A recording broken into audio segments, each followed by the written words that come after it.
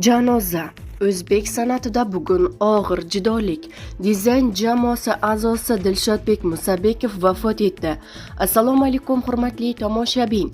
Tezkor yangiliklardan birinchilardan bo'lib xabardor bo'lishni istasangiz, videomiz ostida bir dona like va podpisatsiya tugmachasini bosib qo'yishni unutmang. Dizayn kulgu jamoasi a'zosi Dilshodbek Musabekov vafot etdi. Bugun o'zbek san'ati va kulgu olami og'ir judolikka uchradi. Ko'plab muxlislar mehrini qozongan iqtidorli san'atkor Dizayn Show jamoasining a'zosi Dilshodbek Musabekov olamdan o'tdi.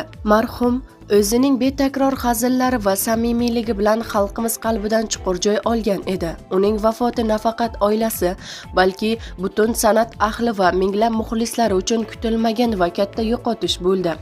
Alloh marhumni o'z rahmatiga olsin, joylarini jannatdan qilsin, sabr bersin. Inna lillahi va inna ilayhi rojiun.